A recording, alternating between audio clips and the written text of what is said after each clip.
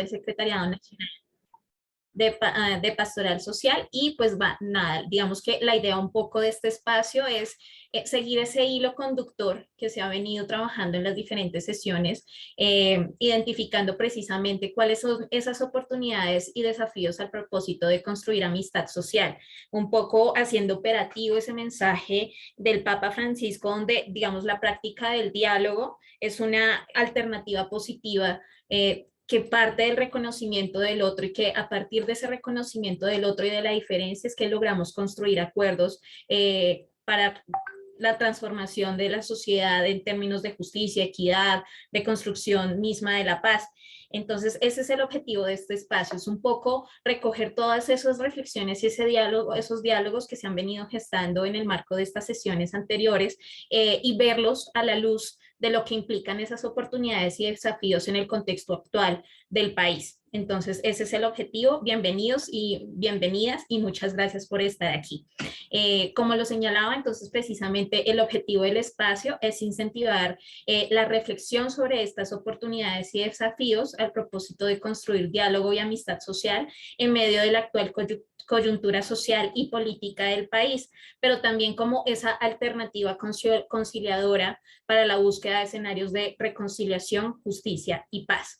La agenda del espacio es primero la oración y la apertura por parte del Padre Nan, quien nos va a orientar e iluminar desde la oración para llevar a cabo este espacio. Luego va a haber una pequeña introducción sobre lo que implica este tema de diálogo para seguir posteriormente con un análisis de contexto a partir de los aportes de Alejandra Barrios, directora de la MOE.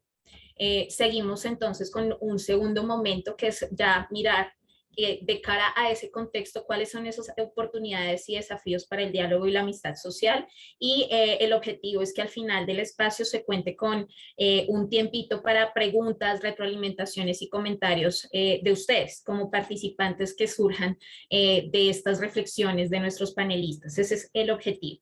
Finalmente haremos unas conclusiones y el cierre. Esa es la agenda. Entonces, para dar inicio al espacio, le agradezco al Padre Nan entonces que nos brinde su saludo y pues la oración de apertura. Hola, muy buenas noches para todos y todas. Tendrías que dejar de presentar para poder presentar Milce, por favor. Sí, Padre, ya lo voy a sacar. Ya, listo. ¿Ya están viendo mi pantalla? Sí. Sí, Padre. ¿Sí? Sí, señor. Para un momento yo pongo... Ay, olvidé ponerles el sonido. Entonces déjenme lo intento otra vez. Un momentito. Eso hay que ponerle el sonido. Si no, no se va a escuchar.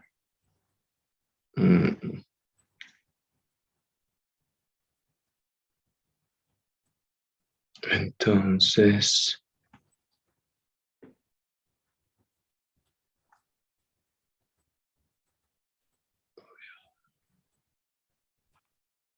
¿Ya están viendo la pantalla? Sí. Sí, señor. Bueno, ¿me confirman si escuchan y ven, por favor? Estos son nuestros tiempos. Puedes deslizar y ser indiferente, o puedes escuchar y hacerte más consciente. Vivimos mejor, pero nos sentimos peor. El exceso de libertad trajo menos felicidad. Consumimos más, pero disfrutamos menos. Hay más opciones para todo, pero cualquiera satisface poco. Sabemos más, pero entendemos menos. Tenemos más información, pero mayor es la confusión. Poseemos cosas que nos tienen poseso. Ahora un teléfono se ha vuelto nuestro dueño. Estamos más conectados, pero a la vez más solos. Los mensajes de texto no miran a los ojos. Las pantallas adelgazaron, pero nuestros cuerpos engordaron. Hay un montón de dietas, pero menos cuerpos sanos. Tenemos un sistema que busca mejorar la calidad de vida de la humanidad, pero que nos está dejando sin hogar. Hay más expectativa de vida, pero más muertos en vida. Pasamos la vida haciendo cosas que no nos gustan para poder seguir con una vida que no nos gusta. Trabajamos por un mejor mañana y cuando llega, pensamos otra vez en un mejor mañana. Queremos derechos sin responsabilidad, lo cual es igual a caos e inestabilidad. Hay más tolerancia pero menos respeto. Queremos la verdad, pero nadie quiere ser honesto. Queremos ser auténticos, mientras sea lo que yo pienso que para los otros significa serlo. Nos esforzamos para lucir felices en una red social, pero no para serlo en la vida real.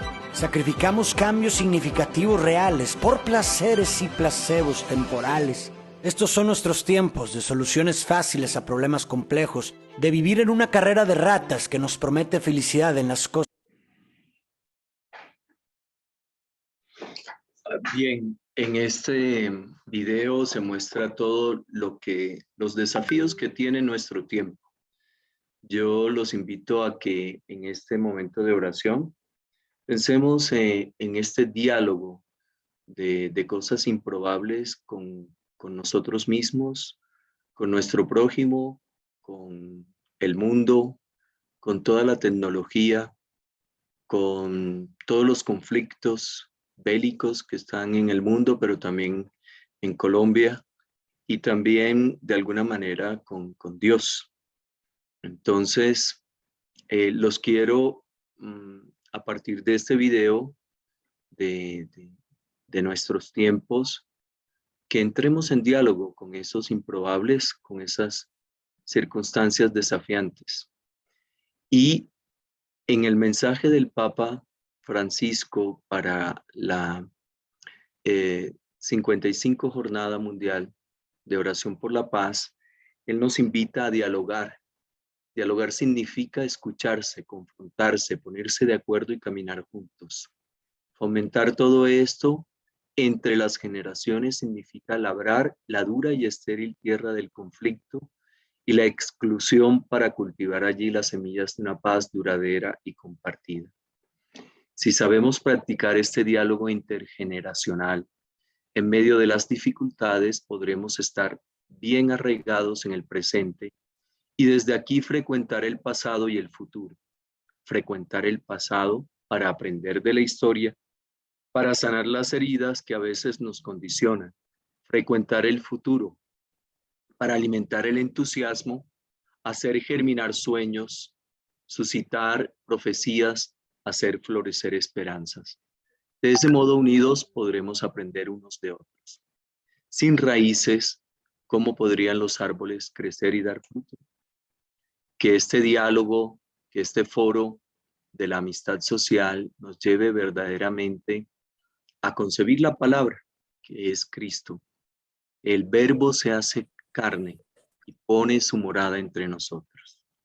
Él que siendo Dios se hizo hombre para nuestra salvación, dialoga con nosotros en su palabra y de múltiples formas. Que este diálogo que ahora vamos a empezar en este foro sea iluminado por la gracia del Espíritu Santo para que podamos ser más conscientes de los tiempos en que vivimos, de dialogar y encontrar soluciones que nos hagan vivir en paz. Gloria al Padre y al Hijo y al Espíritu Santo, como era en el principio, ahora y siempre, por los siglos de los siglos. Amén. Gracias. Muchas gracias, Padre Hernán. Mucho gusto. A seguir con la agenda. El objetivo precisamente es eso, partiendo de esta reflexión inicial que nos brinda el Padre, es precisamente poder identificar en el diálogo el reconocimiento del otro y lo que implica construir de manera conjunta, pero cómo esto se evidencia de una manera concreta y práctica también en nuestras relaciones cotidianas. La idea es que un poco retomando el hilo conductor de las sesiones anteriores, también es poder reconocer el diálogo como ese ejercicio que requiere un redescubrimiento de la reciprocidad, ¿sí? Y del enriquecimiento mutuo, donde el diálogo social se configura como un ejercicio pues que permite también estar al servicio del otro. Entonces, sin embargo, pues eso es muy complejo, no es un ejercicio fácil precisamente por todos los desafíos que implica la cotidianidad, un poco lo señalaba el padre Nani en su intervención, y es como también pues existen múltiples complejidades, incluso implican muchos ejercicios de violencia también en nuestras cotidianidades que también representan un importante reto para poder generar esos espacios de diálogo, ¿no? El desafío es cómo también desde nuestro compromiso cristiano podemos incentivar estos espacios de diálogo, pues a pesar de esas complejidades, ¿no? Y es que en el escenario actual, pues venimos precisamente de unas dinámicas, unos ejercicios, en un escenario de pandemia y de la agudización de la violencia a nivel territorial. ¿Sí? En donde, pues digamos, se exacerbaron las inequidades a nivel económico y social, y pues esto ha dejado evidencias de las importantes fracturas que tiene nuestra sociedad para generar esos espacios de diálogo. Y un poco a eso nos remitimos también con la intervención de Alejandra Barrios, que nos va a dar un poco de luces frente a ese contexto. Pero a pesar de ese difícil contexto, también surgen unas oportunidades. Hay unos desafíos muy importantes, pero también hay unas oportunidades claves que desde nuestra cotidianidad también podemos ir generando para generar esos espacios, más bien para incentivar y animar esos espacios de diálogo y de construcción conjunta. Y un poco esas también van a ser las reflexiones que nos van a evidenciar, digamos, nuestros invitados, Lina Ibáñez, directora de la Plataforma de Diálogo Social, y Monseñor Héctor Fabio, también desde la visión de la Iglesia. Entonces, ellos son nuestros invitados. Quiero darles la bienvenida. Les presento entonces a Alejandra Martínez. Ella es directora nacional de la MOE, de la Misión de Observación Electoral MOE, que ha hecho parte de la dirección desde su fundación en el año 2006, y al día de hoy ha logrado llevar a cabo más de 100 observaciones de procesos de participación y procesos electorales, y de misiones de observación a esos procesos de participación y mecanismos de participación. Entonces, te damos la bienvenida a Alejandra Martínez, Alejandra Barros, perdóname. Si quieres, te presentas muy brevemente. Emilce, muchísimas gracias. Mucho gusto a todas, a todos. De verdad, un placer poder acompañarlos en esta conversación del día de hoy. Mi nombre es Alejandra Barrios, como bien lo acaba de decir Emilce. Soy la directora nacional de la Misión de Observación Electoral desde el 2006, y en este proceso nuevamente soy la directora del ejercicio de observación electoral, en el que tenemos la fortuna de tener como aliados a la pastoral social, al igual que procesos que se dan en el territorio donde está a cargo la iglesia, y que eso nos permite un amplio cubrimiento, pero también una reflexión tranquila, sosegada, frente a las tensiones políticas que normalmente se dan en los procesos electorales. Muchísimas gracias, Emilce. Muchas gracias, Alejandra. También les quiero presentar a Lina Ibáñez. Ella es directora de la Plataforma de Diálogos Improbables. Es una iniciativa, pues, que viene comprometida con la promoción, el impulso y el acompañamiento de diferentes procesos de diálogo social, precisamente generando un acercamiento entre diferentes actores con diferentes intereses a nivel económico, político, social, pero que sobre todo busca promover la democracia y la convivencia. Bienvenida, Lina. Hola, Emilsen, muchas gracias, gracias por la invitación. Un saludo para todos, que ya veo que son muchos. Alejandra, también un saludo, qué bueno estar aquí hoy. Muchas gracias, Lina.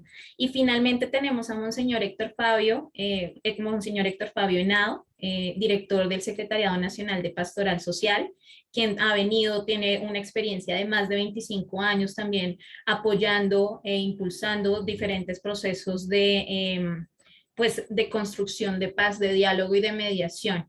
No, creo que no se ha logrado conectar, también está como con algunas dificultades de acceso. Ya volveremos a dialogar con él más adelante.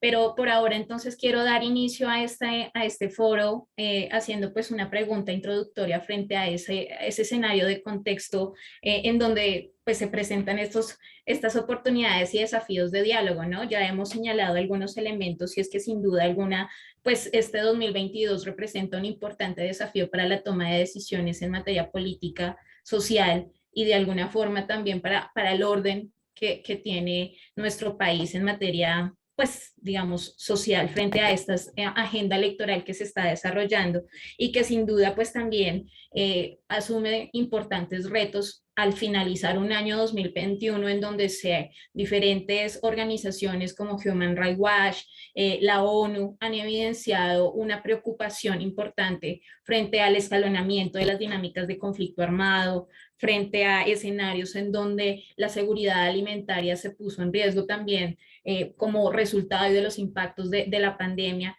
Y es en esta actual coyuntura en donde pues surge también una pregunta sobre pues cuáles son esas principales dinámicas de contexto pues en medio de esta agenda electoral que juegan un papel importante para los espacios de diálogo que también puedan suscitarse en el marco de la coyuntura nacional. Entonces le doy paso a Alejandra Barrios, quien nos va a dar luces sobre este tema. Emilce, muchísimas gracias. Te agradecería que me acuerdes del tiempo. Si no estoy mal, es una intervención de 15 minutos, entonces cualquier cosa te agradecería que me hicieras señas cuando los vaya cumpliendo. Perfecto, claro que sí. Bueno, el ejercicio de la política, por esencia, es el ejercicio de la seducción. Cuando estamos hablando de política electoral, es el ejercicio de la seducción. Lo que ustedes han visto durante toda esta larga campaña electoral es un ejercicio de seducción de candidatos o de posibles candidatos hacia la ciudadanía para poder tener su favor político. Y se tramita a través de la negociación. Todo lo que nosotros vemos a lo largo de procesos políticos y de procesos electorales es una negociación continua entre diferentes actores con un solo objetivo, que se enmarca en la disputa del poder político. Ese es el objetivo. Entonces, en últimas, estamos también en el terreno del conflicto. Y aquí yo quisiera ir a la frase, al texto en el que iniciaron, que decía, dialogar significa escucharse, confrontarse, ponerse de acuerdo y caminar juntos. Si uno pensara en el ejercicio de la política, en el recorrido electoral, yo creo que en últimas es eso. Para dialogar, para poder hacer política y para poder negociar necesitamos escucharnos. Esa escucha implica confrontación porque son ideas diferentes. Necesitamos ponernos de acuerdo porque ese es el proceso de negociación. Y cuando tenemos los resultados electorales en últimas, el resultado electoral, cuando uno toma la decisión de elegir un presidente o una presidenta de la República, ese presidente o presidenta no gobierna para el sector que lo favoreció con los votos, sino gobierna para todos los colombianos. Y es donde pone a caminar el sueño, esa promesa, ese ejercicio de seducción que hizo durante la campaña electoral. Pero hay diferentes formas de aproximarse a esa campaña electoral. Entonces, hay unos presupuestos en los procesos electorales, que es lo que dirime esa confrontación que hay, que además es absolutamente agresiva, porque es que nada más queda un ganador. En términos de conflicto es, voy por todo, yo gano, me lo llevo todo, yo gobierno con mis propuestas, gobierno con mis ideas. Entonces la pregunta es, ¿y dónde queda el ejercicio entonces de la negociación que se hace? Y ese es un ejercicio que se debe hacer de manera permanente con el gobierno. Pero para poder llegar ahí necesitamos unos escenarios de confianza.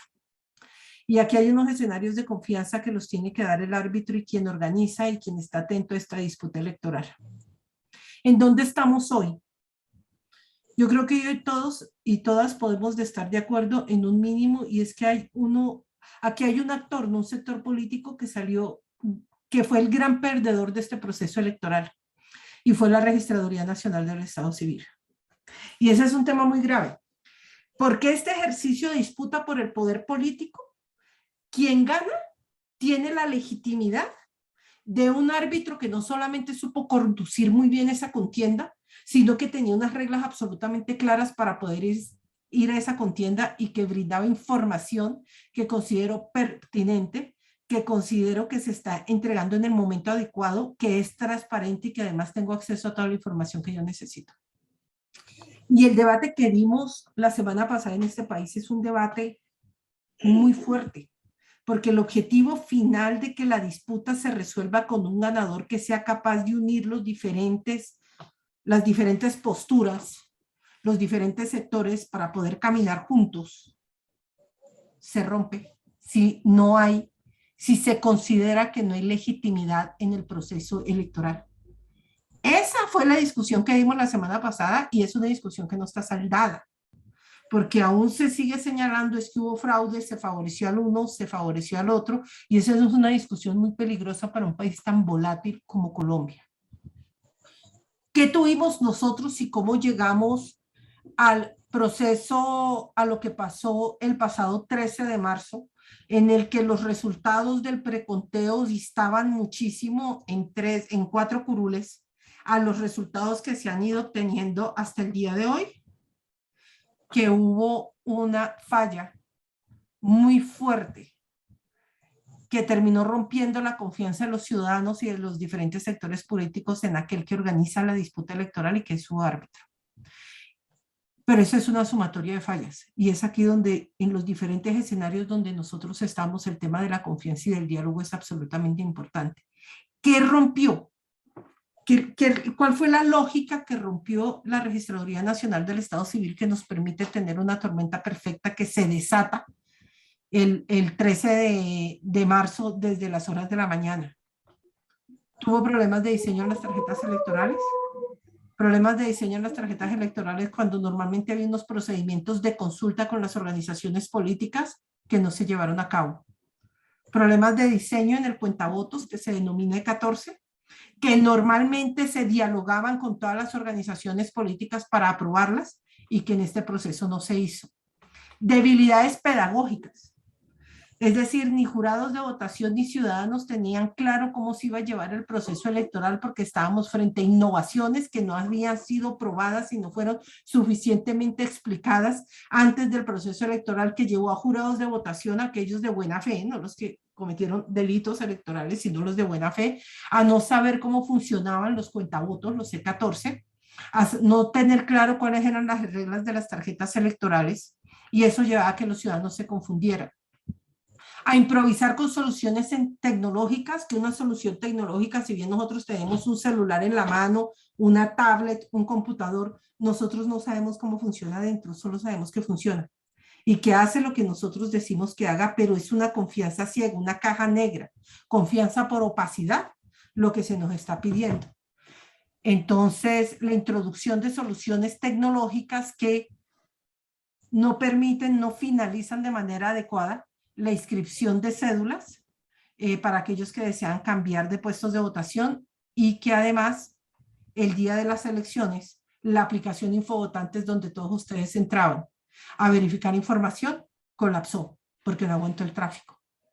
Problemas de transmisión de la información, que ese es quizás el problema más grande, más mayúsculo de esa tormenta perfecta que se junta todo el día de las elecciones.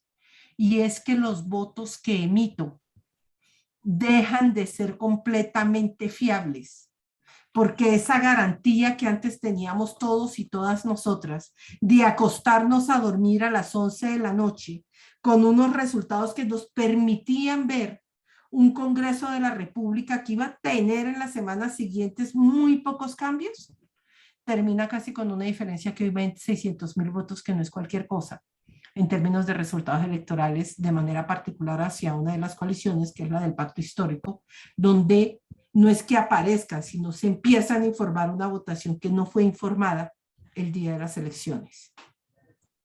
Una gran percepción de fraude y un silencio por parte de la autoridad electoral, de la registraduría, hasta el día jueves, que permite que absolutamente todas las narrativas de fraude, de posibles conspiraciones, de afectaciones a determinadas posturas electorales, se incrementen.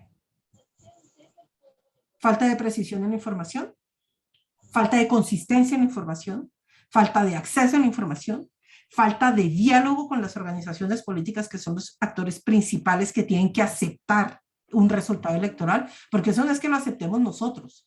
Cuando un candidato a la presidencia llama y le dice al otro, reconozco que usted ganó y lo felicito, es porque está reconociendo que el sistema funcionó y que ese resultado, independientemente si la diferencia son de 10.000 votos o de 10 millones de votos, la otra persona es la ganadora porque confía en lo que ha pasado. Y todo esto nos lleva entonces a una carrera por la presidencia de la República que está llena sobre todo de desconfianzas y de dudas.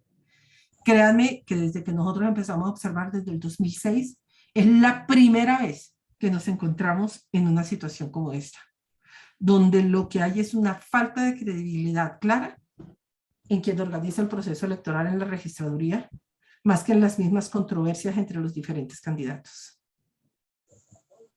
¿Cómo se puede avanzar de manera propositiva en poder generar confianza?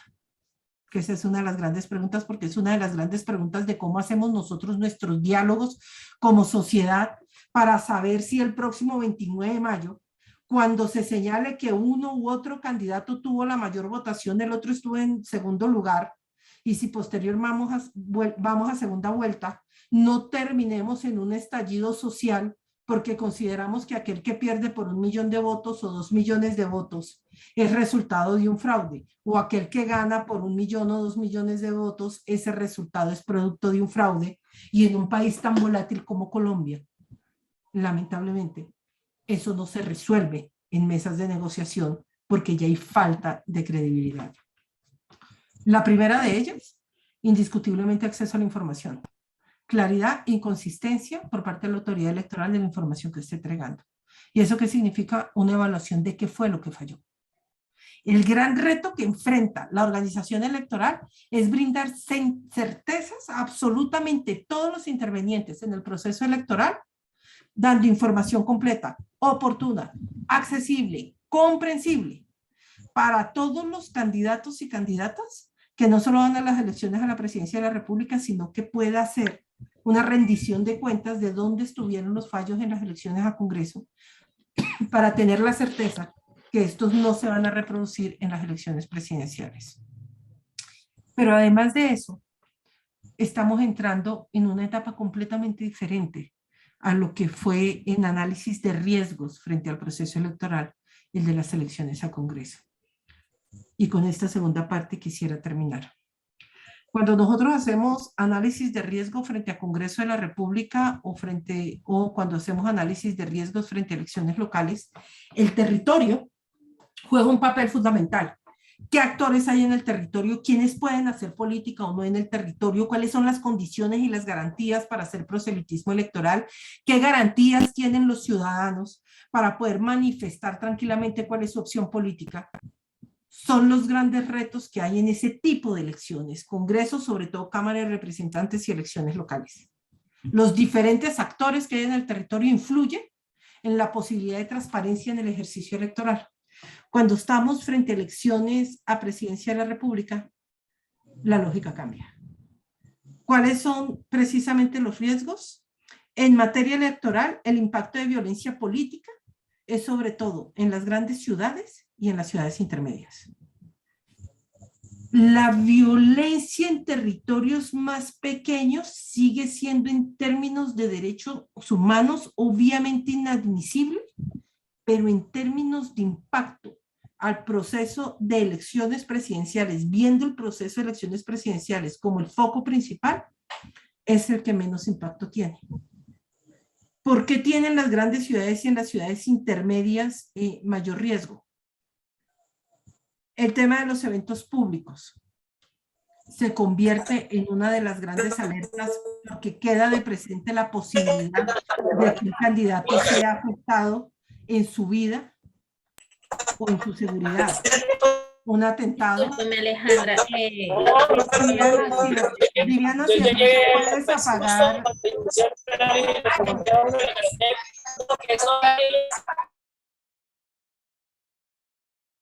Ya puede activar su micrófono, Alejandra. Muchísimas gracias, Alejandra. Sí, quedan 2 minutos, por favor, Alejandra. Gracias. Entonces, cierro con esto. Eventos públicos y eventos públicos con redes sociales que legitiman la violencia. Porque creo que desde la semana pasada ustedes empezaron a ver una campaña completamente diferente en las redes sociales. mensajes de odio, sexistas, racistas, y esos mensajes legitiman la violencia. El ser sexista legitima la violencia contra las mujeres. El racismo legitima la violencia contra candidatos o candidatas afroindígenas. Esos mensajes de odio terminan siendo uno de los mayores riesgos para procesos electorales con posibilidades de atentados o afectaciones a la vida y seguridad de los candidatos. Acciones terroristas terminan afectando en ciudades intermedias y grandes ciudades la tranquilidad de los ciudadanos frente al ejercicio de las elecciones, y movilizaciones sociales, por más legítimas que sean, terminan generando un ambiente de incertidumbre frente a lo que puede pasar cuando estás en un proceso electoral tan volátil y tan polarizado como el que tenemos. Es ahí donde, y por eso recogía las palabras del diálogo, la escucha, la confrontación, ponerse de acuerdo y caminar juntos. Somos nosotros como ciudadanos los que tomamos la decisión de qué tipo de campaña electoral, debate y discusiones queremos tener con aquellos que desean tener el poder. Somos nosotros los que damos la calidad y exigimos calidad en ese debate.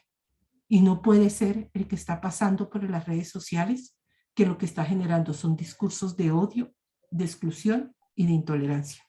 Así no vamos a poder caminar juntos, y el proceso electoral, por más que defina un candidato o una candidata, es un proceso electoral que puede que no permita posteriormente acuerdos sociales de gobernabilidad. Con eso termino, Mirce. Gracias. Muchísimas gracias, Alejandra. Sí, de acuerdo, rescato muchos elementos de tu intervención, precisamente frente a la importancia de la comunicación también, un poco evidenciando esto que tú señalas, y es como también desde esa misma cotidianidad a veces nosotros no nos damos cuenta y también generamos prácticas de exclusión, ¿no? La idea es que nuestros procesos de diálogo permitan precisamente una reflexión profunda también desde nuestros sentires, desde nuestras prácticas, en el sentido en que también nos permitan reflexionar en cómo nos comunicamos. Y de alguna forma también esto se relaciona mucho con el tema de la confianza que también la señalabas, porque no solamente es confianza hacia alguien externo, hacia los políticos, sino cómo construimos también en nuestra cotidianidad esas relaciones de confianza, ¿no? Un poco tú nos evidencias estos grandes desafíos en materia de agenda electoral, que digamos es un año electoral, pero que de alguna forma pues también refleja muchas de las problemáticas que son estructurales, ¿no? de nuestro país, y que de alguna forma también se expresan en esa desconfianza institucional.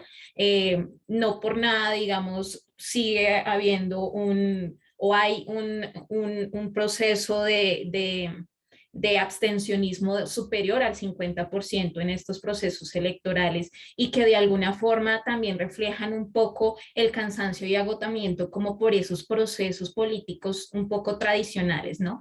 Pero el año 2021 también fue un escenario de muchos aprendizajes precisamente frente a esos nuevos escenarios y esas nuevas fuerzas políticas, en la medida en que muchos actores nuevos en procesos de movilización y diálogo, pues también permitieron generar nuevos espacios para de alguna forma reconocer a esos otros sectores que no son tan visibles. Y un poco remitiéndome a esto, quisiera darle paso a Lina, porque precisamente Alejandra nos evidencia un poco como esas dificultades, esos retos significativos en materia electoral, que de alguna forma no son recientes, sino que también hacen parte de nuestra cultura política, y es importante empezar a generar esas prácticas de transformación frente a cómo también nosotros entendemos la política, y es que nuestro accionar en la cotidianidad también es político. La forma en que yo me relaciono con el otro, la forma en que yo construyo también las relaciones en mi cotidianidad también tienen un impacto significativo, y es en este contexto también, pues también en medio de una crisis de pandemia, pospandemia, y bueno, de todo lo que generó también el escalonamiento de la violencia, pues que también hay unas oportunidades frente a esos escenarios de diálogo para la construcción también de acuerdos. Y entonces quisiera darle el paso un poco a Lina frente a estos escenarios de diálogo que también surgieron y que de alguna forma también se vieron plasmados en este escenario electoral con nuevas fuerzas políticas. Digamos, no es gratis un poco que podamos estar hablando de nuevos liderazgos, de nuevas participaciones, como por ejemplo Francia Márquez y a nivel territorial líderes y lideresas políticos que también han venido jugando un papel de alguna forma significativo frente a estos escenarios tradicionales de cómo se ejerce política. Entonces, yo quiero darle paso a Lina, pues con una pregunta también muy en cómo han sido estas experiencias de diálogo que se acompañan, teniendo en cuenta que desde la plataforma también un poco lo que se busca es generar esos espacios de diálogo, y pues quería que Lina nos oriente sobre cómo son esas experiencias de diálogo desde la plataforma, cómo han sido esos procesos de diálogo y pues qué elementos tenemos que tener en cuenta pues a la luz de esta coyuntura que nos presenta Alejandra. Lina, gracias. Gracias, Emilsen, y gracias, Alejandra. Es realmente fascinante escucharte porque es como todo condensado, más no sé cómo logras condensar toda esta complejidad en 15 minutos. Mis respetos para esa capacidad de iluminarnos en tan corto tiempo frente a lo que está pasando, que es supremamente complejo y tiene un montón de aristas y elementos. Y claro, desde lo que nosotros venimos haciendo en la plataforma y después yo tenía una presentación de algunas cosas que hemos aprendido y que creo que después les puedo compartir. Creo que me quiero concentrar más en continuar la conversación que ha iniciado Alejandra, que me parece muy valiosa por muchas cosas y lo mencionabas, Emilsen, ahorita, es cómo en medio de esta complejidad y de tantos temores y esta tormenta perfecta que bien señala Alejandra, también ha habido como una serie de elementos positivos y es como un incremento de la participación, una mayor intención de la gente a expresarse, incluso a decir qué piensa, probablemente no siempre de la mejor manera, pero hay una mayor apertura, posiblemente porque hay más información, no necesariamente veraz, pero digamos que podemos tener más información sobre la mesa que lo que teníamos hace mucho tiempo y la gente tiene más acceso a información y ese acceso a la información puede ser bien o mal manejado. Entonces, ¿cómo logramos canalizar eso hacia una mayor oportunidad, hacia fortalecer la democracia, a tejer una mayor oportunidad de participación ciudadana? Porque al final las movilizaciones, los paros, todas estas expresiones ciudadanas son una mayor movilización. Lo que se ha generado recientemente de estas conversaciones tan complejas, tan agresivas, en un tipo de agresividad incluso que casi desconocemos frente a temas como el racismo, el machismo, el clasismo, ¿no?, que han salido. Al final uno lo que piensa es qué importante que está saliendo, qué mal que está saliendo de esta manera, pero qué importante que está emergiendo estas conversaciones que tenemos pendientes como sociedad y que probablemente han estado siempre detrás de otros problemas que hemos tenido que resolver, que al final es el conflicto armado, ¿no? O sea, llevamos tantos años tan ocupados de resolver el conflicto armado, no quiere decir que ahora tengamos resuelto el tema de la violencia del conflicto armado, porque es claro que además tenemos recientemente un escalamiento, pero también ha permitido dar más espacio a tener las conversaciones de cosas que como sociedad nos tenemos pendiente y nos están afectando. Entonces, poco creo que mi gran reflexión de eso recientemente es, bueno, ¿y qué vamos a hacer desde esa responsabilidad individual que tenemos, desde esa responsabilidad colectiva, para abordar estas conversaciones complejas y abordarlas con los que piensan distinto? Porque, y eso es lo que un poco trabajamos desde Diálogos Improbables en estos ejercicios, y es probablemente es mucho más cómodo y más fácil unirme con los que piensan parecido, no solamente para tener estas conversaciones, sino para llegar a acuerdos y para expresar y subir nuestra voz frente a los que piensan distinto, pero cada vez estamos cerrando más los canales frente a los que piensan diferente.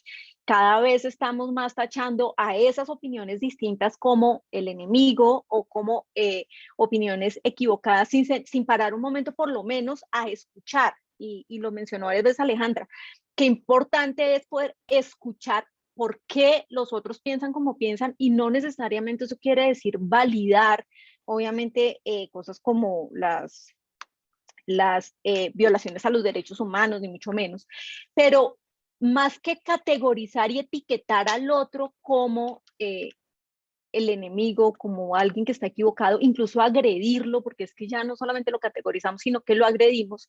¿Qué pasa si paramos un momento y escuchamos por qué esta persona piensa de esa manera?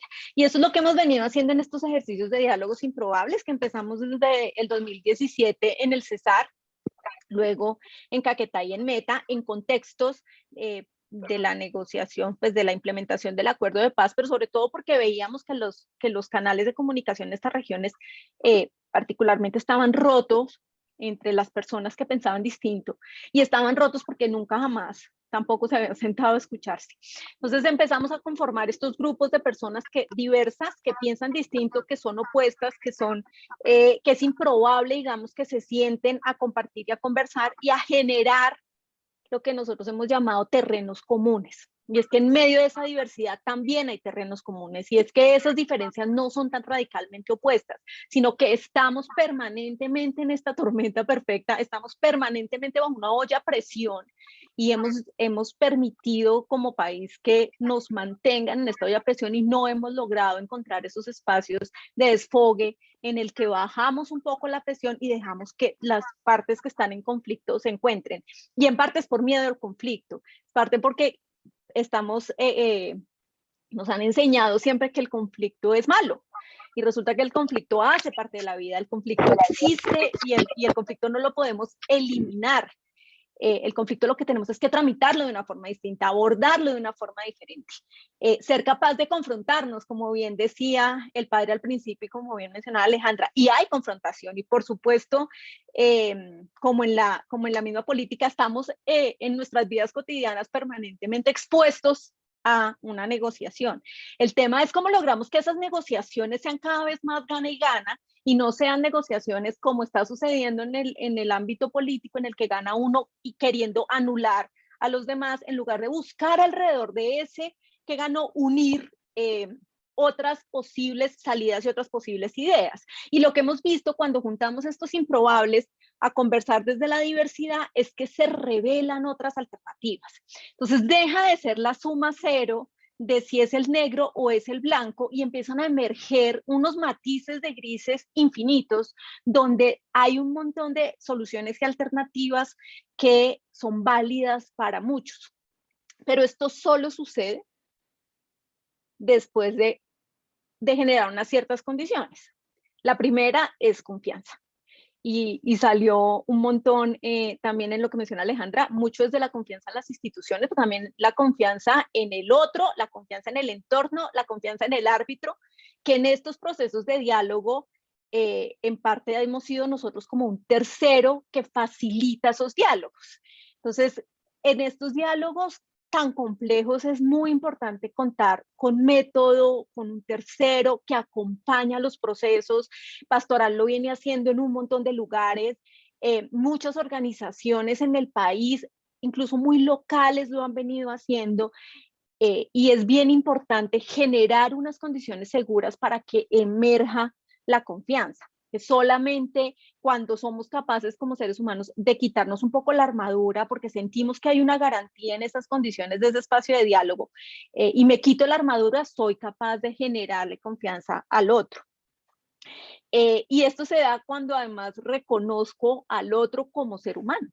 Y es que se nos olvidó pues que el otro es una persona que tiene una historia, que tiene una experiencia de vida, que tiene una trayectoria, que tiene unos dolores, que tiene unos sufrimientos, que trae un montón de cargas, y que su forma seguramente de pensar responde a todo esto. Entonces, cuando empezamos a humanizar las conversaciones y a ser capaz de sentir compasión por otro que piensa radicalmente distinto a mí, ahí empiezo a encontrar un terreno común. Ahí empezamos a ver que realmente esas radicalidades en las que nos hemos venido moviendo son mucho más borrosas, y que realmente estamos más cerca de construir un futuro parecido. Y en estos diálogos nosotros tratamos de pivotear mucho alrededor de qué es lo que queremos en el futuro como sociedad. Y para eso tenemos que abordar esas conversaciones que no hemos abordado aún. generar confianza y permitirnos humanizar las conversaciones. Y qué importante que en lo cotidiano empecemos a humanizarlos. Ahora, el reto hoy, en un contexto electoral de esta olla a presión en la que vivimos, en un contexto electoral de suma cero, en el que cada candidato y cada uno lo que está buscando es dividir para poder vencer, ¿cierto? Porque eso es un poco la consigna que tienen todos desde sus distintas posiciones. Cómo cada uno de nosotros desde donde estamos somos responsables de contrarrestar eso. Pero lo que ha sucedido es que nos hemos dejado cautivar un poco por esto y las redes sociales se han vuelto un escenario que lo que hace es reforzar esta agresión permanente al otro y además son perfectas, ¿no? Porque detrás de un teléfono, como decía incluso el video que nos mostraron, detrás de un teléfono, pues el otro ya no tiene cara, ¿no? No es un ser humano. A quien estoy agrediendo ya no es un ser humano. Como esta conversación permanente en las redes sociales cada vez es más agresiva y además genera unos retornos y unos réditos políticos entre más agresiva y más polarizada está. Pero creo que es un tema de responsabilidad de cada uno en sus conversaciones cotidianas empezar a romper esto. Y lo que hemos venido haciendo desde estos ejercicios de diálogos improbables en los que hemos juntado incluso desde líderes políticos, sociales, empresariales, económicos, mujeres, que adicionalmente han venido replicando este ejercicio desde sus familias hasta sus grupos sociales, es volver a retomar las conversaciones cotidianas, es dejar de prohibir la política como un tema de la conversación del almuerzo del domingo. Es cómo en las casas podemos sentarnos un domingo a almorzar teniendo posiciones completamente diferentes y conversar sobre lo que está sucediendo en el país en temas políticos, sobre lo que está sucediendo frente a nuestras familias, frente a las diferencias que tenemos en posiciones en temas tan sensibles como el tema de género, como el tema de violencia intrafamiliar, en fin, cómo empezamos a abordarlo esto desde los pequeños espacios. Una de las cosas que últimamente nos ha pasado mucho, nosotros hemos entrado a trabajar en conflictos de distinto tipo recientemente, pero nos ha pasado mucho, por ejemplo, que nos están llamando a los colegios a ir a hacer diálogos improbables entre los muchachos en los colegios, porque a causa además de la pandemia, a causa de esta olla a presión en la que vivimos como sociedad, se están generando unos conflictos muy fuertes y hay cero tolerancia a la diferencia, hay cero tolerancia a lo que piensa el otro. Y la única forma que han encontrado para abordar esas diferencias es a través de la violencia. Entonces estamos empezando un ciclo otra vez de violencias y es responsabilidad de todos y cada uno empezar a romperlo. Aquí no podemos esperar que sean ni las instituciones ni los grandes políticos los que van a llegar a resolver esto, sino que cada uno en su espacio social va a tener un poco esa responsabilidad. Entonces, en términos de retos, digamos que nos preocupa eso, cómo llevar a la cotidianidad la conversación de una forma diferente, cómo podemos además generar no solamente unos contextos seguros para el diálogo, sino unas mayores habilidades para eso, porque además como sociedad no hemos tenido nunca esa habilidad para dialogar.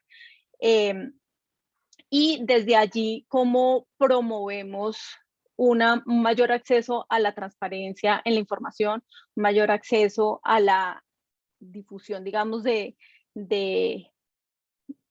información que sea confiable y a los riesgos, como dice Alejandra, de continuar replicando esta información y estos espacios, digamos, estos expresiones de violencia en distintas espacios, tanto virtuales como presenciales.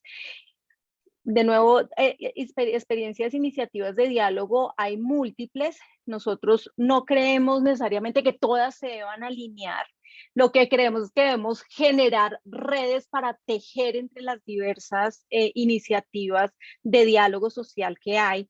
Lo que sí buscamos es que ojalá sean metódicas, ojalá busquen realmente generar estas garantías, porque desafortunadamente una cosa que sí hemos visto y mucho desde las movilizaciones sociales es que se ha, digamos, que de alguna manera manoseado mucho el concepto de diálogo y ahora todo el mundo se diálogo de todas las formas, en todos los espacios, con muy poca responsabilidad en algunos casos y incluso con intenciones que difieren mucho de lo que uno busca en un proceso de diálogo. Entonces, es importante recuperar y valorar la expresión del diálogo como concepto y como proceso. Y también aquí viene un elemento bien importante y es los ejercicios que nosotros venimos haciendo llevan 2, 3, 4 años. Y eso obviamente choca completamente con la ansiedad de obtener resultados rápidamente, con la necesidad de que estos diálogos den resultados ya y de lograr acuerdos rápidamente. Y resulta que la confianza se debe ir construyendo, la confianza se va poco a poco como madurando, digamos, como un aguacate, que presionarlo, pues tú lo puedes envolver en periódico y logras ahí, pero nunca va a ser lo mismo que tenerlo rápidamente. Entonces, es darle el tiempo a la confianza para construir vínculos, para construir relaciones, para desde las relaciones humanas volver a establecer una escucha y una comprensión de nuevo y humanización del otro, y desde allí poder ir construyendo unos espacios de diálogo y construcción colectiva para llegar como a estos terrenos comunes que al final son los que nos deben unir como sociedad. Perfecto, muchísimas gracias, Lina. Sí, veo que hay varias preguntas, varias resonancias por parte de los participantes. Lastimosamente Alejandra se tiene que ir, pero sí veo que hay varias resonancias frente al tema pues que nos explicaba un poco Alejandra. Veo que, por ejemplo, hay resonancias frente a lo que implica la confianza institucional y hay preguntas de Arnulfo y de Liber. Entonces le voy a dar paso a Arnulfo para que por favor hagas tu pregunta y que Alejandra y Lina, de acuerdo a lo que nos han socializado, pues también nos puedan ayudar un poco a iluminar esas respuestas. Arnulfo.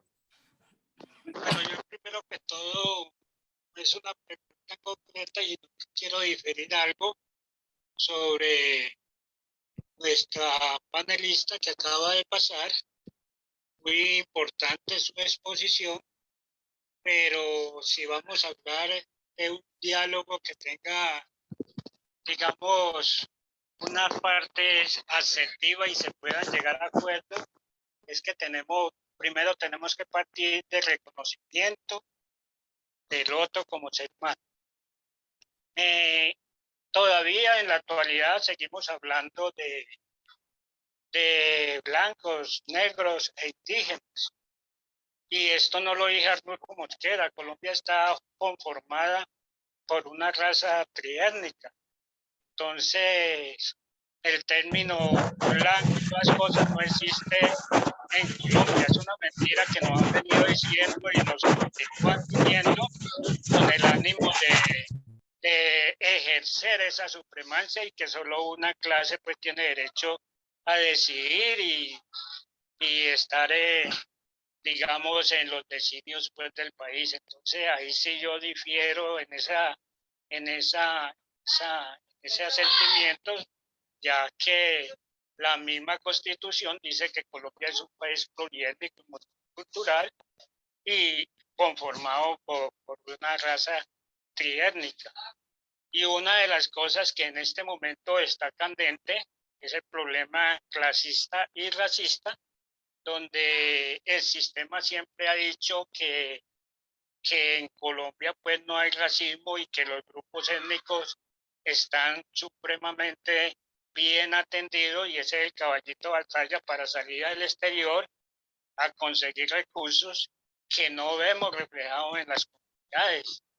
Entonces, eso era lo que quería decir, y para que haya un diálogo verdaderamente se tiene que partir de una realidad verdaderamente y sin desconocer la historia. Muchas gracias, Arnulfo. Si les parece bien, vamos a recoger primero como las preguntas y los comentarios y luego ya unos comentarios por parte de las panelistas. Liber, sigue tú, por favor. Muy buenas noches, muchas gracias. Tengo dos preguntas, una para la señora Alejandra Barrios. Con respecto a, nos habla de que no hay capacitación frente a los jurados, que fue lo que pasó, nos expresa ella. Entonces, la pregunta es, toda la vida no hemos estado votando. ¿Qué ha pasado con la capacitación de todos los anteriores periodos? Esa es una pregunta para la señora Alejandra Barrios. Me lleva muy el tema que plantea Lina, el fin de los diálogos improbables, interesante. Algo que desconocemos en Colombia es que ya perdimos el concepto de qué es política. ¿Cuál fue el origen de la política? La política se crea con el fin en Grecia de justicia, bondad y de la belleza. Entonces, ese fin de algo que es sano se perdió. Ya hoy en día hablamos de todo menos de política. Si vemos el tema en nuestro país, ¿dónde está la justicia? ¿De qué onda hablamos? ¿De qué belleza? ¿Sí? Entonces me preocupa que por lo menos sería un buen aporte de estos diálogos improbables, trabajar con las comunidades, enseñar qué es eso, porque se ha perdido. Uno habla con un joven, no tiene ni idea. Hoy en día vemos caudillismo, vemos líderes, mas no vemos en la esencia lo que es la política, ¿sí? Entonces, pues, me preocupa realmente lo que está pasando y pues las preguntas fueron muy puntuales. Muchas gracias, Emilce. Espero que podamos aportar en algo más. Muchas gracias. Muchas gracias, Liber. Yo sé que ya tienes que salir, Alejandra, pero no sé si tienes un tiempito para responder esta pregunta antes de salir y le damos luego paso a Lina para los comentarios de Hugo también, de Arnulfo, perdón. Emilce, muchísimas gracias. Arnulfo, creo que no me expliqué bien. Estamos completamente de acuerdo. Creo que quizás no me hice entender qué fue lo que señalé. Lo que señalé es que se había presentado un cambio desde la semana pasada en la forma como a través de las redes sociales se estaba abordando la campaña electoral a la presidencia de la República, que es una forma muy diferente a cómo se abordó el preelectoral de las consultas y las de Congreso de la República. Desde la semana pasada, desde finales de la semana pasada, estamos viendo en las redes sociales discursos sexistas, discursos racistas y mensajes de odio. Y en una campaña electoral, ese tipo de discursos que terminan generando mensajes de odio donde se encuentra la negación del contrario y se busca denigrar al contrario, sea por razones de sexo, sea por razones de raza, por credo religioso, son inaceptables en una campaña electoral donde lo que se debe discutir son las propuestas de gobierno. Entonces, yo te escucho y siento que no me hice entender, que lo lamento muchísimo, porque compartimos completamente lo que tú señalas. Es decir, lo que tú acabas de decir lo suscribo completamente. Entonces, estamos de acuerdo y lamento no haberme hecho entender. Madre, mi apreciación no iba dirigida a ti, mi apreciación era la última lista que hizo. Estoy en 90% de acuerdo con toda la exposición que ella hizo, pero en esa parte sí me defería un poquito y quería, digamos, ponerlo, digamos, en la mesa para que, así, pero no era contigo, era contigo y no la última parte. Lo que pasa es que llegué un poquito tarde y no tengo el nombre bien de cada una de ustedes, pero no era contigo, madre. Bueno, entonces ahorita le paso la batuta a Lina. Muchísimas gracias, y Alejandra. Si quieres termino con la segunda, que es el tema de capacitación, y va a ser muy precisa. No dije que no hubo, dije que había debilidades en la capacitación de los jurados de votación. Esa fue exactamente lo que señalé. ¿Y por qué señalé que hubo debilidades en la capacitación de los jurados, pero también en la capacitación de los ciudadanos? Tienes toda la razón. Hemos ido a procesos electorales, pues digamos desde que Colombia es una república democrática. Pero en cada uno de los procesos electorales se involucran nuevos elementos, pero además llegan nuevos ciudadanos. Y cuando digo que llegan nuevos ciudadanos, son aquellos chicos y chicas que cumplen 18 años. El mayor porcentaje de los jurados de votación que estuvieron en este proceso electoral provenían de las carteras de las universidades. sean públicas o sean privadas. ¿Eso qué significa? Que eran chicos y chicas que se estaban aproximando por primera vez a un proceso electoral, donde recibieron una información que en algunos casos nosotros consideramos que fue inconsistente, y no fue la misma por parte de los capacitadores a todos quienes asistieron a los cursos de jurados de votación. Uno de los temas, por ejemplo, era el del asterisco. En algunas capacitaciones se señaló que había que dejar el espacio en blanco, en otras que había que poner asterisco. El manejo de los formularios C14 se explicó de una manera que cuando ellos llegaron a ver cómo era el formulario, no correspondía con lo que habían visto exactamente en la capacitación, y eso generó errores que terminaron afectando en el proceso de transmisión de la información, la rapidez en ese mismo proceso de transmisión de la información. Pero independientemente de eso, el ejercicio de informarnos para votar pasa por conocer cómo funciona todo el proceso y poder entender cuáles son los lugares donde encontramos debilidades. Parece a veces como si fuera un lenguaje para iniciados cuando hablamos del E14, del E24, la diferencia entre preconteo, la diferencia con escrutinio, y ese no debe ser un lenguaje para iniciados. Ese debería ser un lenguaje que todos y todas nosotros como ciudadanos deberíamos apropiarnos, conocer las diferencias de cada uno de estos, porque lo que no podemos permitir como ciudadanos es que cuando alguien nos vaya a explicar o vaya a dar una rendición de cuentas frente a la forma en que organiza un proceso electoral, sea impreciso. Y sea impreciso porque parte que la información técnica no la tenemos.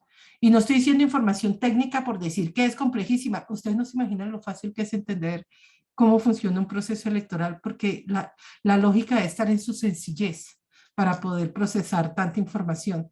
Entonces, lo que quería hacer referencia es a eso. Siempre ingresan nuevos ciudadanos, siempre se modifican. Por primera vez tenemos tarjetones separados.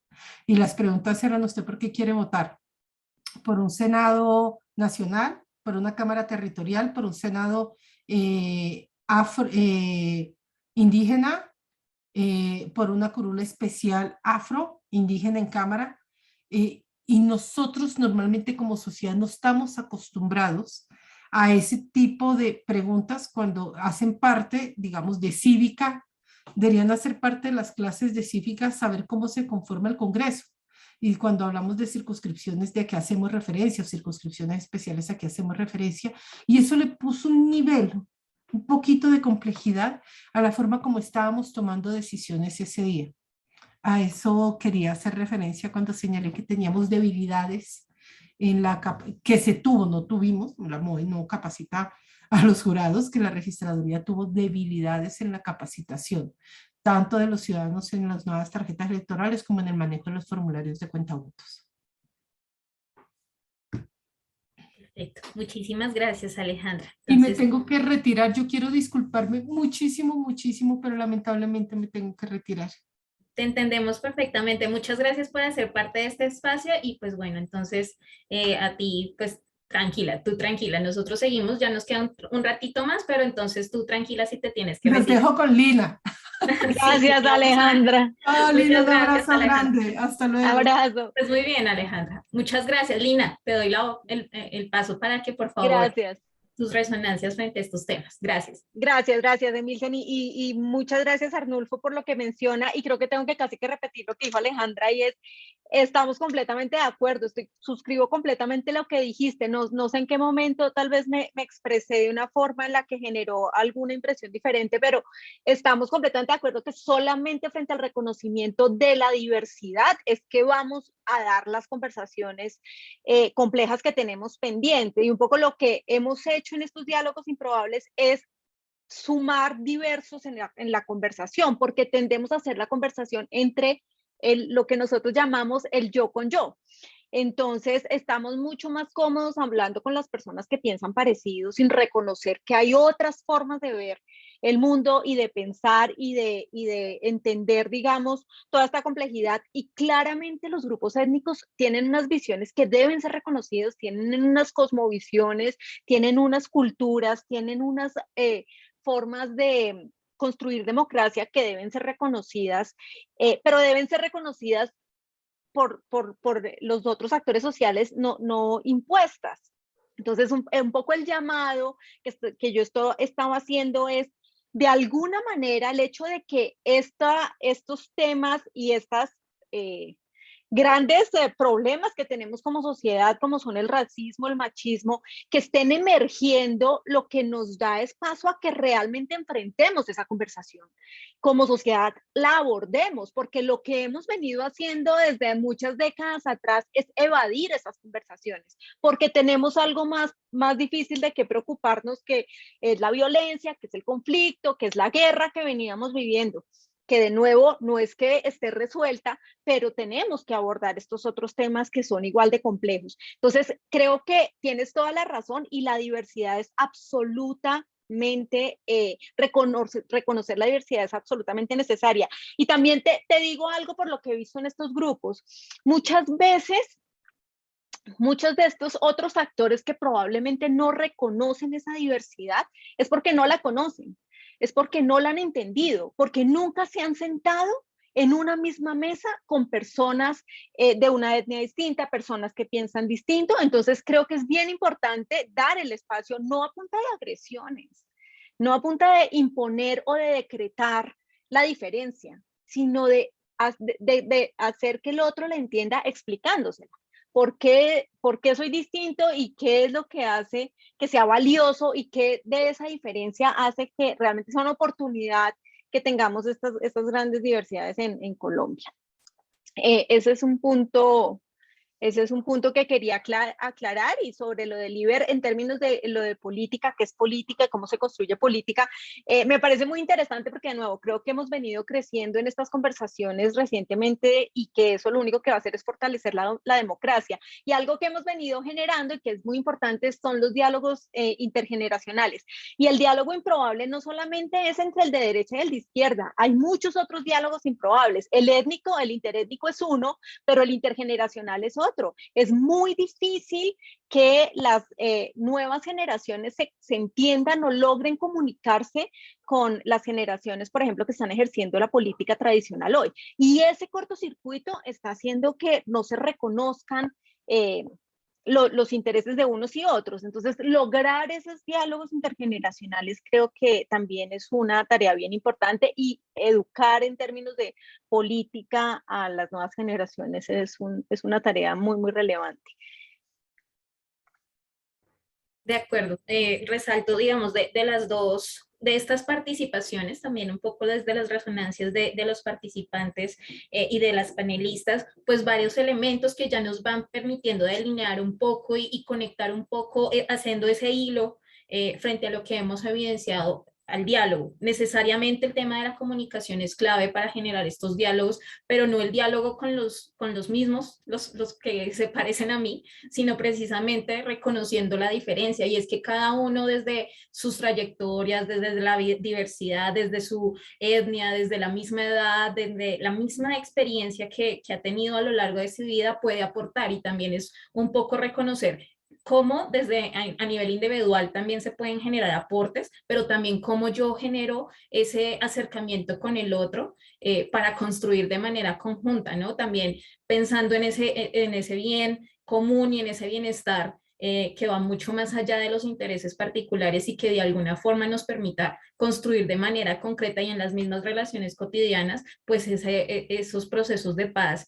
de equidad y de justicia. Un poco ese es el sentido también, pues de generar este diplomado en diálogo social, es evidenciar que el diálogo no es algo abstracto, que digamos solamente depende de algunos sectores, que ahorita estamos hablando un poco del tema político, pero el diálogo es necesario en todas las dimensiones de nuestra vida, porque es así en donde no solo construimos identidad nuestra, digamos propia, sino también una identidad colectiva que nos permita la búsqueda de ese bien común, ¿no? Entonces, un poco esas son las resonancias. Me gustaría un poco pasar a darle la voz a Monseñor Héctor Fabio, que por fin, digamos, ya lo logramos contar con su participación.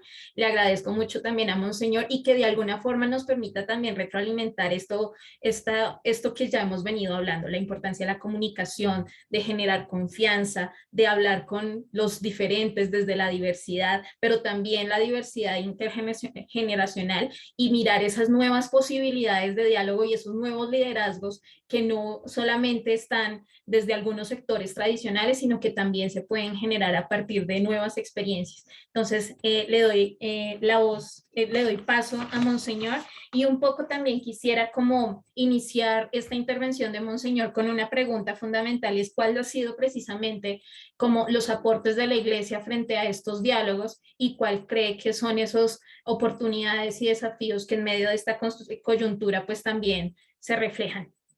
Gracias, Monseñor. Monseñor. Muchas gracias, Emilce. Saludo con mucho afecto a todos los participantes de este curso, de este taller, de esta formación que se está dando sobre el diálogo social. Y me parece que hoy se ha dado un paso muy importante. Estaba escuchando a Alejandra Barrios, las explicaciones que daba sobre el proceso electoral, la participación de los jóvenes, la forma como se organizaron las mesas, también las dificultades, pero en fin, lo que es la vida de la democracia en nuestro país y los mecanismos de participación ciudadana. Quería referirme a dos o tres aspectos que me parecen muy importantes. La Iglesia, claro está, ha privilegiado la participación y ha privilegiado la democracia como un mecanismo de ser el adecuado para tramitar las diferencias, para tramitar en una sociedad todo lo que son los distintos perspectivas, porque es que el diálogo no es solamente en momentos de dificultad, eso es lo primero que quiero subrayar. El diálogo no es un mecanismo para superar dificultades o para superar conflictos. El diálogo no puede ser instrumentalizado solamente en momentos difíciles. Más bien el diálogo tiene que ser una dinámica permanente porque es una forma de construcción de sociedad y de construcción de relaciones. Entonces, cuando la sociedad convoca diálogos, porque hay una dificultad, porque hay un desafío, porque existen unos determinados problemas, pues nos está diciendo que hay una oportunidad allí especial para enfocarnos en ciertos asuntos, pero no es que el diálogo esté estrechamente relacionado, digamos, como una forma de resolver conflictos, como un instrumento solamente de resolución de conflictos. Eso es lo primero. El diálogo es una dinámica propia del ser humano. Es una de las características del ser humano. Cuando Dios crea al ser humano, le da la capacidad de la palabra y por lo tanto le da la capacidad del diálogo. Eso es característica y es elemento, digamos, esencial de lo que es la constitución humana. El dialogar nos hace humanos. El dialogar nos vuelve verdaderamente personas. Y eso debemos tenerlo siempre presente. Cuando se dice hay reparos sobre el diálogo, límites, en fin, lo que sea, recordemos siempre el diálogo es la mejor forma de hacernos humanos y es la mejor forma de humanizar cualquier sociedad, cualquier relación social que exista. Entonces quiero primero que todo insistir en eso, no tomar el diálogo, para la Iglesia el diálogo no es un mecanismo que sirva circunstancialmente, sino que hace parte de una dinámica profunda de la sociedad. Y por lo tanto es constitutivo de lo que es el ser humano. Dios crea al ser humano con capacidad dialogante. Dios crea al ser humano con capacidad de establecer relaciones con los demás. Y por lo tanto le da la capacidad de hacer y rehacer siempre el diálogo como una meta y como una forma, como un estilo de vida. Es más bien como una forma de existencia, es una manera de vivir. Llevarnos al diálogo, instrumentalizarlo, recorta esas posibilidades humanas más profundas que Dios nos ha dado. Hay una segunda cosa que la Iglesia ha insistido y que, por ejemplo, el año pasado cuando hubo la protesta social, salió muy a flote, y es que en realidad el diálogo requiere capacidad de reconocimiento. Entonces, lo primero que digo es, no es un instrumento solamente a resolver conflictos, sirve para eso, pero no es solamente eso. Es un elemento constitutivo de la dignidad, de la esencia del ser humano. El ser humano es un ser dialogante, es un ser abierto a la palabra, es un ser que sabe transmitir la palabra y que sabe recibir a través de la palabra de los demás. Pero en tercer lugar, es un vehículo para establecer reconocimiento. Y eso es muy importante. Se puede dialogar si existen posibilidades de reconocimiento del otro, de la otra. Posibilidades de reconocimiento de digamos, recuperan la dignidad de las personas. Muchas veces el diálogo es difícil porque no reconocemos legítimo a la otra persona, no la reconocemos en su legitimidad. Entonces, cuestionar toda la posibilidad del diálogo, porque estamos cuestionando si tú eres o no legítimo, si representas o no, si no sé qué. Eso se nos recorta como posibilidades. Ahí hay como una faceta, de alguna manera política, en el tema del diálogo, que tiene que ver con reconocimiento de legitimidades. Y eso muchas veces nos coloca a nosotros en dificultades. Ocurre desde el elemento básico de la sociedad, que es la familia. En la familia muchas veces tú no tienes legitimidad para hablar porque, entonces hay unas circunstancias, porque hiciste, porque dijiste, porque eres así, hasta. Entonces se recorta la legitimidad, o no se reconoce plenamente la legitimidad del interlocutor, y eso nos crea a nosotros una barrera para poder entendernos a través de la palabra. Ese es un elemento muy importante que hay que tener en cuenta. Es decir, el diálogo, como digo, es una dinámica permanente, hay que estarla trabajando. No es lo mismo conversar que dialogar, porque el diálogo tiene que ver con mucho más entrar en profundidad en el mensaje que estás recibiendo, tiene mucho más que ver con descubrir una dinámica de la expresión profunda de la otra persona. Es mucho más activo, tiene mucho más que ver con la escucha activa. El diálogo está muy vinculado con el tema de escucha activa. Y escucha activa es la capacidad de entrar en profundidad en la palabra, y no solamente en la palabra, sino en la realidad que la otra persona te transmite. Nosotros no tenemos muchas veces esa capacidad de ser escucha activa. No tenemos muchas veces la capacidad de entrar a descubrir qué hay en la palabra de la otra persona, porque mientras los demás hablan, muchas veces estamos nosotros construyendo la respuesta, o estamos construyendo de un preconcepto que tenemos, y detrás de ese preconcepto estamos como tratando de abarcar y de ya dar unas explicaciones antes de que la otra persona siquiera haya terminado. Entonces el diálogo, cuando es social, y aquí quiero entrar ya en el diálogo social, que el Papa Fratelli Tutti desarrolla tanto, requiere esa capacidad también de escucha activa. Requiere siempre, como digo, la capacidad de poner el diálogo como un elemento característico del ser humano. El diálogo nos humaniza, nos vuelve humanos. El diálogo humaniza una sociedad. La sociedad va aprendiendo a dialogar progresivamente. El ser humano no entró en una fase de diálogo inicialmente. El ser humano pasó por fases en las cuales a través de la violencia, a través del ejercicio de la fuerza, se relacionó con los demás. El diálogo va a venir en la historia de la formación del ser humano progresivamente a desarrollarse, a desatarse eso que Dios le había dado, esa capacidad. Pero serán los aprendizajes los que nos permitan crear una sociedad como basada sobre la posibilidad del diálogo. Porque no surge, digamos así, como tan espontáneamente, y de ahí la importancia de estos espacios formativos, de estos espacios de reflexión. Tenemos que aprender a dialogar. El diálogo es una dinámica que se aprende, y se aprende a través de un ejercicio, como decía ahora, de reconocimiento. Si cuando yo hago el ejercicio de identificar, estoy delante de alguien que tiene dignidad, delante de un hijo e hija de Dios, tiene dignidad, tiene algo que aportar también. Todos tenemos elementos para aportar. Y no reduzco a la otra persona a un calificativo, a un hecho, a una circunstancia. Eso me permite tener reconocimiento del otro o de la otra como ser humano, como persona. De ahí damos un paso hacia esa dinámica que decía ahora de lo que es la escucha activa.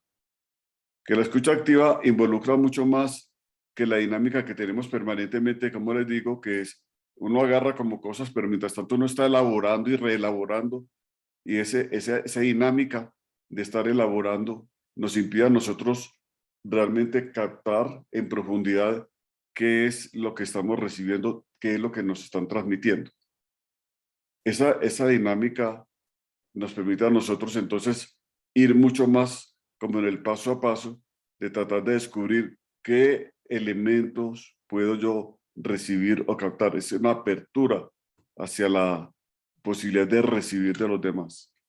Y la escucha activa, entonces, es como tan necesaria cuando nosotros hablamos de dignidad. Yo pienso que uno de los grandes desafíos que tenemos en el país, relacionado con la realidad que estamos viviendo, con las situaciones que el país está enfrentando, tiene que ver justamente con esto de la escucha activa. Tenemos poco escucha activa. Entonces, más bien tenemos mucha capacidad como de reaccionar. Alguien decía en esos días, es que tenemos más capacidad de tener respuestas que preguntas. Eso es bien simpático. La capacidad de preguntarse pasa por eso. Es la capacidad de escuchar.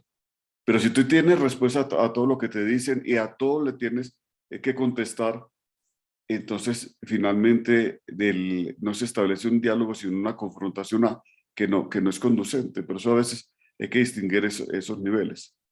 Entonces diríamos, cuando el Papa nos habla de amistad social, y entre la amistad social nos dice hay que hacer diálogo social, no lo está como lanzando como un ejercicio político.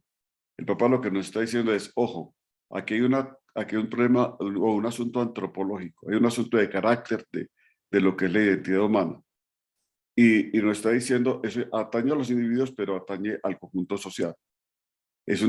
Atañe a la comunidad, tiene que ser parte de la identidad de la comunidad. Una comunidad construida sobre la posibilidad del diálogo, teniendo en cuenta que nunca habrá aquellos que sean exactamente iguales a mí. Siempre hay diversidades, unas marcadas por la naturaleza misma. Nosotros por la naturaleza venimos distintos y distintas, y otras marcadas pues, por asuntos puramente culturales y de opciones que vamos haciendo. Hay opciones de una manera o de otra. Y yo pensaría que aquí tenemos nosotros que entrar entonces a preguntarnos, cuando hablamos nosotros del diálogo social, ¿qué es lo que queremos lograr a través de él? ¿Qué construye? ¿Qué permite el diálogo social? ¿Qué es lo que el diálogo social, a dónde conduce? ¿Conduce a consensos? No necesariamente. El diálogo social no necesariamente conduce a consensos. El diálogo social puede permitir, en esa escucha que hacemos, puede permitir construir puentes de entendimiento, puede ayudar a elaborar disensos, puede ayudar a que tengamos más claridad sobre aquello en lo que no estamos completamente de acuerdo, aquello en lo que estamos totalmente en desacuerdo, pero puede ayudar también a elaborar disensos. Y entonces el diálogo social lo que permite es la posibilidad de que la palabra de todas las personas pueda ser colocada y respetada. Pueda ser escuchada, pueda ser respetada, pueda ser de alguna manera asimilada dentro de esa diversidad que es el ser humano. Y yo diría un último elemento que me parece muy importante en esta reflexión es, recordemos que en las escrituras, cuando se trata de definir la presencia de Jesús entre nosotros, San Juan lo refiere como el verbo, la palabra de Dios. A Jesús se le identifica, claro, y Dios es amor, es el príncipe de la paz, en fin, tantas definiciones, es el pastor, pero una definición esencial, digamos así, que está en ese prólogo maravilloso del Evangelio de San Juan, es el verbo, es la palabra de Dios. Dios se hace palabra. No habla a través de, sino que se hace palabra para salir al encuentro de. Entonces, la forma de construir encuentro es a través de la palabra. Se construye encuentro a través de. Los encuentros no siempre son para como decía, para abandonar las diferencias, para desconocer que somos diferentes, para no decir nuestras posiciones, no tiene nada, no es eso. Pero una insistencia sobre el tema del verbo va a estar muy presente en el Evangelio de San Juan y lo va a atravesar, porque recuerden que el Evangelio de San Juan nos va a mostrar una serie de tensiones que va a haber con la palabra, una serie de tensiones que va a haber con la presencia de la palabra. Y va a insistir, vino al mundo, la gente no lo recibió. Y luego nos va a mostrar como todos los dilemas que colocaba la presencia de la palabra, todos los dilemas que coloca el encuentro con la palabra, con la posibilidad de relacionarse en ese Dios que se hace verbo, que se hace palabra. Eso nos pasa también a nosotros. Entonces, como seres humanos, pasamos por muchos dilemas y se colocan con mucha frecuencia dilemas como muy fuertes frente al tema de hasta dónde puedo dialogar, hasta qué punto puedo soportar, puedo yo realmente abrirme a lo que los demás me pueden transmitir. Ahí hay como unos elementos, unos dilemas que a veces nos colocamos. El diálogo es de corto o es de largo plazo. El diálogo es circunstancial o es permanente. El diálogo tiene que ver con la tolerancia o el diálogo tiene restricción. Esos son los dilemas que nos colocamos. Sería una serie de dilemas que nos colocamos cuando hablamos de diálogo social.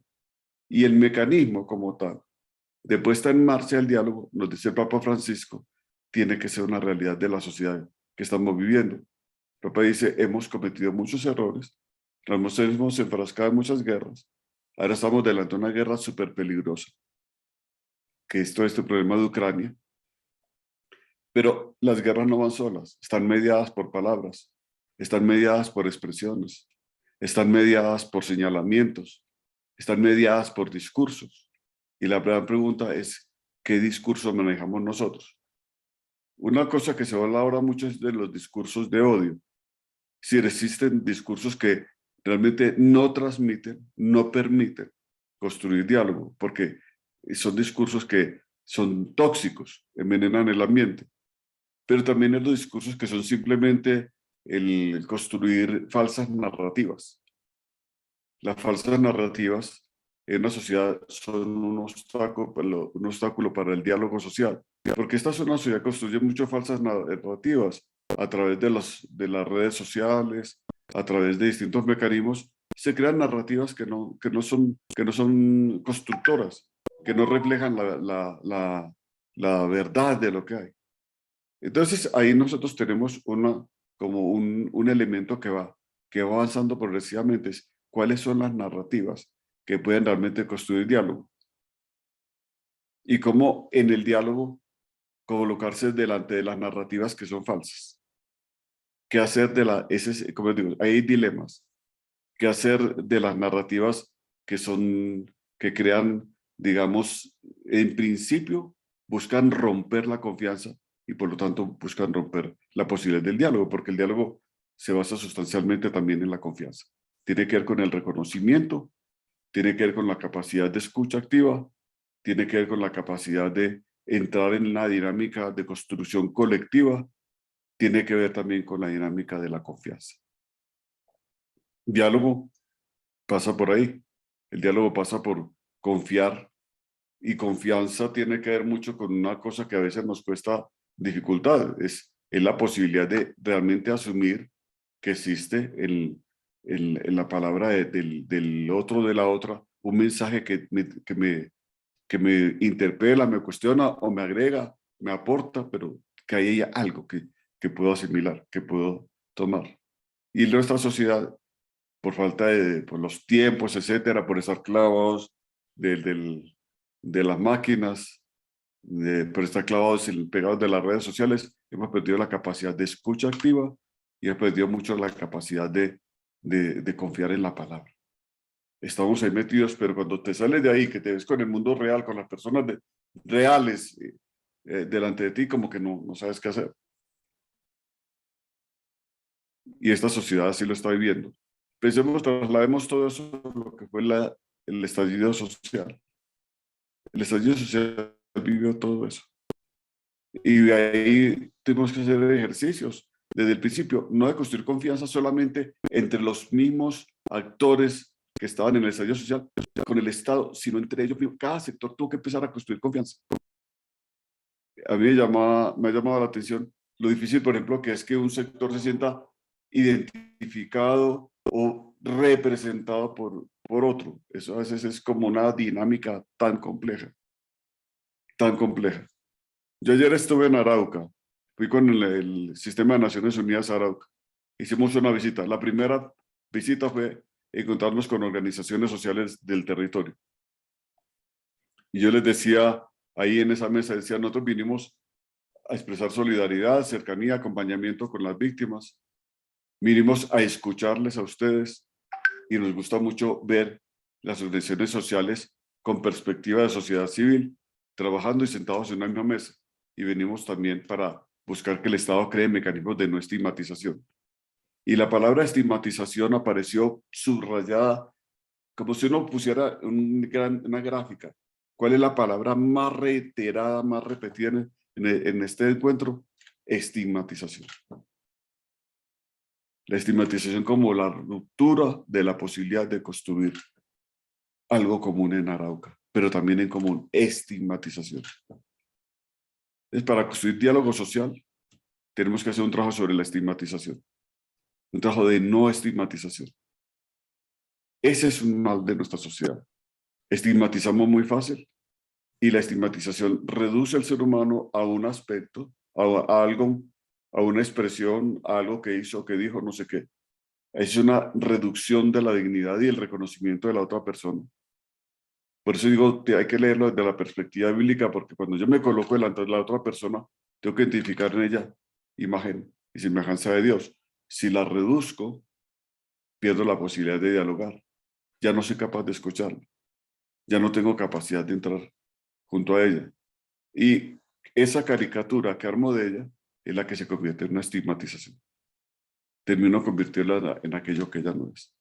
Bien, quería dar estos elementos un poco así en forma también de diálogo con ustedes y agradecerles el estar acá en este encuentro y decirles que de verdad me parece que es bien oportuno en este momento hablar de diálogo social. El país lo necesita.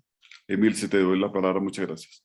Monseñor Héctor Fabio, muchísimas gracias. Muy, muy significativos estos aportes precisamente porque nos permite también un poco recuperar todo lo que hemos podido hablar en este espacio y es entender que el diálogo no es solamente un proceso comunicativo, sino y que se remite solamente a escenarios de dificultad, sino precisamente es un ejercicio que nos permite construir, un poco también rescatando y lo que decía también nuestras panelistas Alejandra y Lina, y también que su merced lo reiteraba en sus aportes, es que ese diálogo nos permite también generar una forma de construir identidad, una identidad también desde entendiéndonos que somos diversos, cada uno desde nuestras trayectorias somos diversos y cada uno también puede aportar a ese escenario.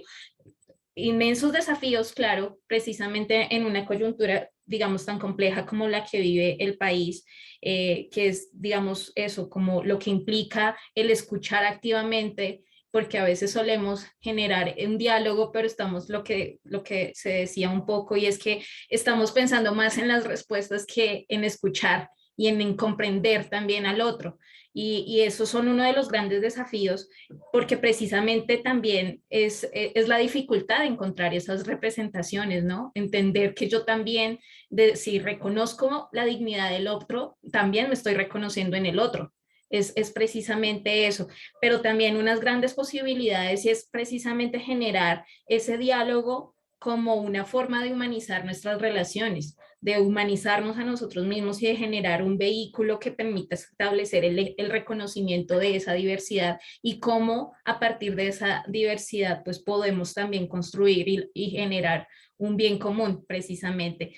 Muy significativo, yo le agradezco también mucho a los participantes, a los que tuvieron preguntas y los que participaron a través del chat, ya un poco también recogiendo estos elementos, pues y también haciendo énfasis también en este hilo conductor de las anteriores sesiones, es que pues ese diálogo precisamente implica unos ejercicios de comunicación, de escucha activa, de aprendizaje. Todos estamos en la capacidad de generar espacios de diálogo desde nuestras cotidianidades y no solamente es algunas personas especializadas o demás. Claro, a veces necesitamos de un tercero que nos ayude a generar procesos de negociación e intermediación, pero todos estamos en la capacidad de generar pues esos diálogos. Entonces, pues nada, agradecerles a Monseñor, a Lina, a Alejandra que tuvo que irse, pero que también sus aportes han sido muy valiosos y pues agradecerles a todos los participantes. Este ha sido pues el foro y un poco también la idea es que estos comentarios nos permitan seguir con esa reflexión de lo que implica generar el diálogo también como un proceso también que llevamos de manera individual, relacional y que también se traduce necesariamente a nivel comunitario. Entonces, muchísimas gracias a todos, que tengan muy buena noche y pues nada, la idea es que este espacio haya servido también para suscitar nuevas preguntas, nuevos escenarios para generar más espacios de diálogo. Muchas gracias a todos. Monseñor, Lina, Bueno, panelistas. muchísimas gracias a todos, Gracias. profesores. Bye. Gracias, Emilsen, gracias, Monseñor, me encanta verlo, que esté bien, muchas gracias. Gracias, Emilsen. Muchas gracias a todos ustedes por la conferencia, estuvo muy bonita. Muchas gracias, una feliz Gracias, noche. gracias a todos y feliz noche. Compañeros, buenas Muchas noches. gracias, hasta luego. Muchas gracias por todo. Señor, hasta luego. Gracias. Gracias, Emilsen. Dios lo Hasta luego. bendiga. Buenas noches. Hasta mañana, gracias, muy amables. Luego. Muchas gracias. Muchas gracias para todos, muy amables. Feliz noche. Feliz noche. Muchas gracias. Te lo